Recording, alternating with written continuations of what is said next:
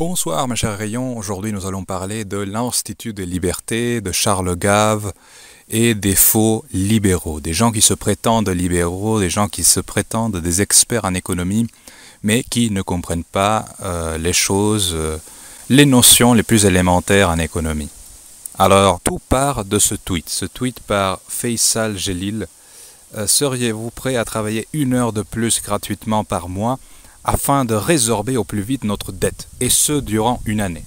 Alors, je dois vous dire que malheureusement, ce tweet m'a donné le cancer, d'accord? J'ai fait les vérifications auprès des docteurs, et ils m'ont confirmé qu'effectivement, j'avais chopé le cancer incurable, totalement incurable, après avoir lu ce tweet. Blague à part, ce qui compte ici, ce n'est pas ce tweet absolument dégueulasse qui donne la gerbe.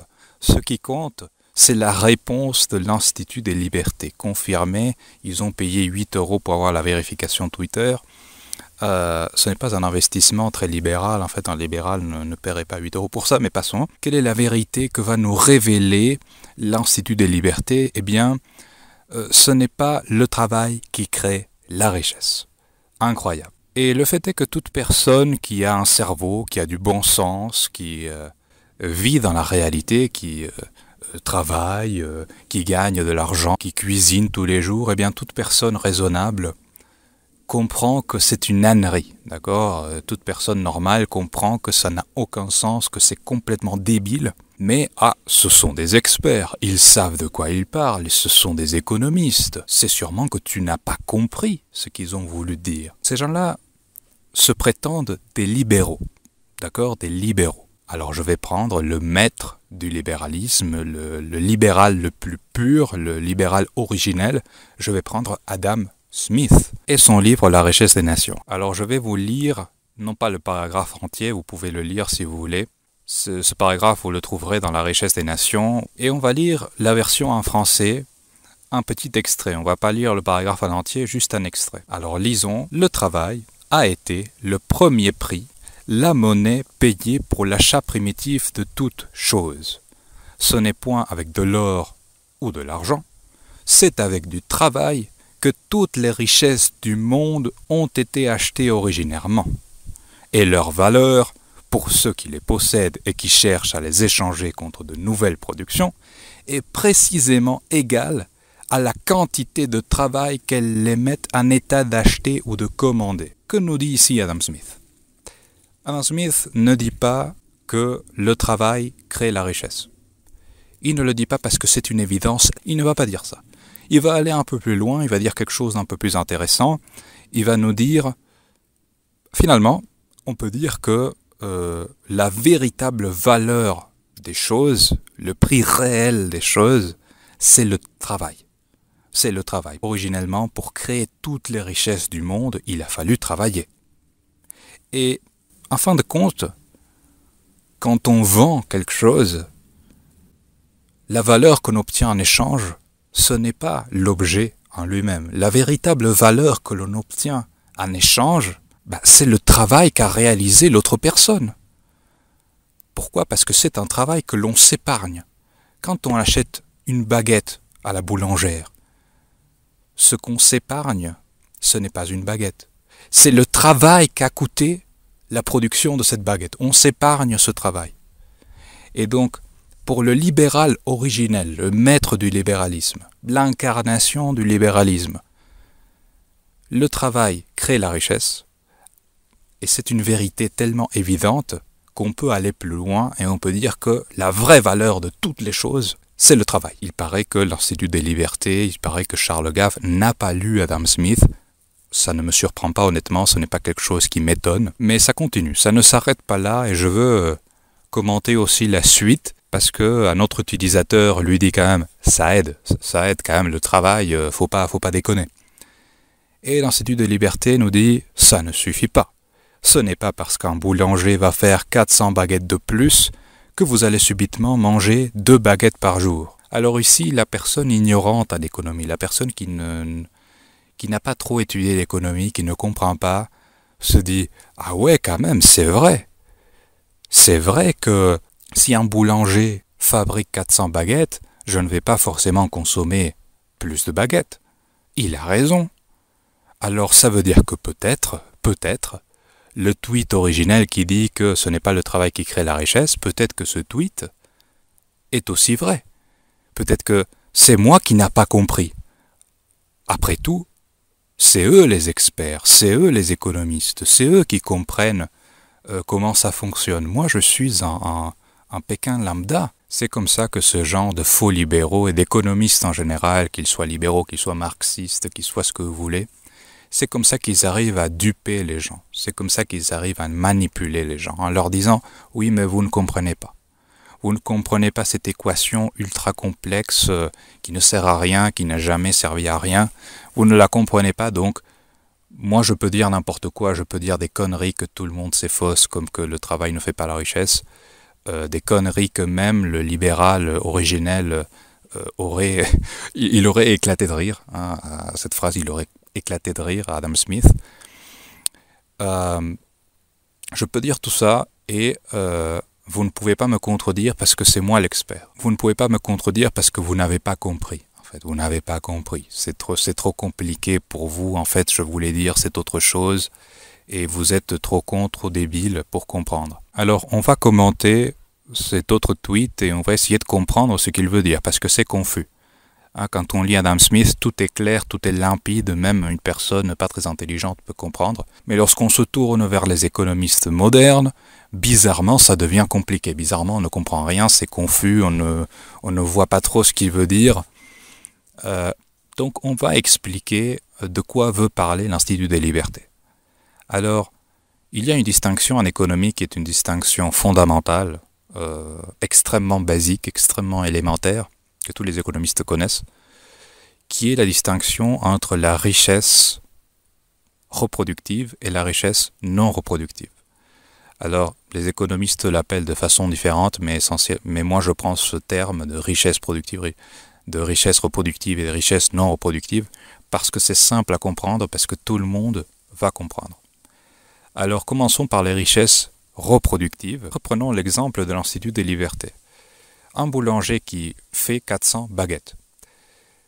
S'il produit ces 400 baguettes et qu'il arrive à vendre ces baguettes, ce boulanger va recouvrer, il va récupérer l'argent et le travail qu'il a investi pour la production de ces baguettes. Il va les récupérer avec profit, bien sûr, avec profit. Donc qu'est-ce que ça veut dire? Ça veut dire que le boulanger va pouvoir reproduire ces baguettes. Il va pouvoir les refaire encore une fois. Et s'il fait ça suffisamment de fois, il aura assez de profit pour même agrandir sa boulangerie. Ça, c'est une richesse reproductive, donc qui se reproduit d'elle-même. En revanche, les richesses non reproductives sont des richesses qui ne se reproduisent pas d'elles-mêmes. Reprenons ce même exemple, les 400 baguettes. Si le boulanger n'arrive pas à vendre les 400 baguettes, alors ces richesses ne vont pas se reproduire d'elles-mêmes. Pourquoi? Parce que l'argent investi n'a pas été récupéré, il a été dissipé, il a été perdu. Les baguettes sont là dans un coin en train de durcir. Donc, le boulanger ne va pas pouvoir reproduire les 400 baguettes parce que l'argent, il l'a perdu. Si il veut quand même refaire ses baguettes, retenter sa chance, il va devoir puiser de l'argent dans son stock préalable de capital. Mais il ne va pas pouvoir faire ça indéfiniment. S'il produit 400 baguettes, 400 baguettes, 400 baguettes, et qu'il ne vend pas, et que son business ne marche pas, eh bien, il arrivera un moment où son stock de capital, son stock d'argent, va disparaître. Il n'y aura plus d'argent, donc il va devoir fermer sa boulangerie. Ça, c'est une richesse non reproductive. Une richesse qui ne peut pas se reproduire d'elle-même. Elle a besoin d'un autre capital, d'un autre stock pour se nourrir. Bon, par exemple, vos vêtements, d'accord? Vos vêtements ne se reproduisent pas d'eux-mêmes parce que vous ne les vendez pas. Donc, vous avez besoin de puiser dans votre richesse pour pouvoir vous les acheter. Mais ils ne vont pas se reproduire d'eux-mêmes. Ça, c'est une richesse non reproductive. Une pomme est une richesse non reproductive. Parce que vous allez la bouffer, vous allez la manger, et ça ne va pas se reproduire. D'accord? Si vous voulez réacheter une pomme, vous allez devoir soit travailler, soit puiser dans votre stock d'argent, mais la pomme ne va pas se reproduire d'elle-même. Ça, c'est quelque chose d'assez basique. D'accord? C'est quelque chose d'assez élémentaire en économie. Mais l'Institut des libertés ne semble pas comprendre cette simple distinction. L'Institut des libertés ne comprend pas que les 400 baguettes du boulanger sont des richesses, indépendamment du fait qu'elles se reproduisent ou pas. Ça reste des richesses. Elles ne seront peut-être pas consommées. Elles ne seront peut-être pas vendues. Mais ça reste des richesses. Et dire le contraire, c'est stupide, c'est absurde. C'est comme dire qu'un trésor n'est pas de la richesse. Ce n'est pas de la richesse parce que ça ne se reproduit pas, ça reste caché sous terre, et bien sûr que c'est de la richesse. Et qu'est-ce que ça veut dire? Ça veut dire qu'évidemment, le travail suffit à créer la richesse. Le travail ne suffit pas à reproduire la richesse. C'est une distinction qui est déjà trop compliquée pour l'Institut des libertés. C'est trop complexe, c'est trop difficile. Pour que vous compreniez un peu mieux la distinction, je vais prendre l'exemple d'une plante à fleurs. Dans une plante, il y a deux types d'organes, très essentiellement, de façon très simple. Tout ça est très simple, d'accord? L'économie, c'est pas des graphiques ultra complexes, c'est pas des courbes. Non, l'économie, ce sont des choses très simples, très faciles à comprendre. Chez une plante, donc, il y a deux types d'organes. Des organes de nutrition, c'est-à-dire des organes qui apportent des nutriments à la plante, et l'organe de reproduction. Les organes de nutrition permettent de créer la plante, tout simplement. Ils lui permettent de grandir. L'organe de reproduction, la fleur, l'organe de reproduction qui est la fleur, permet à la plante de se reproduire. Les organes de nutrition, la racine, les feuilles qui font la photosynthèse, sont comme le travail. Et la fleur, c'est un peu comme le capital. Les pseudo-libéraux croient qu'une plante, c'est juste une fleur. D'accord? C'est ce niveau-là de stupidité, c'est ce niveau-là de bêtise. Ils croient qu'une plante, c'est juste la fleur. La racine, la photosynthèse, ça, on s'en fout un peu. Non, on s'en bat les couilles.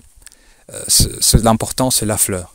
Et maintenant, je suis sûr que j'aurai beaucoup de gens qui vont venir essayer de blanchir l'Institut des libertés.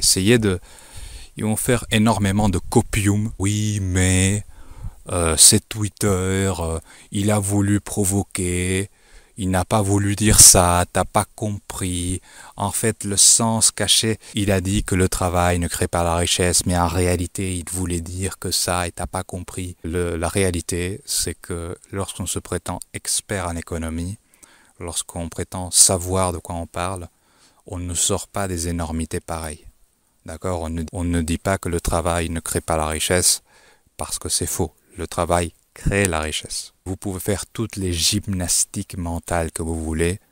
Ce tweet restera là comme une effigie à la bêtise crasse de tous les pseudo-libéraux qui peuplent Internet et qui peuplent aussi les plateaux télé. J'aimerais conclure par une petite chose, et c'est que je ne suis pas un libéral moi-même.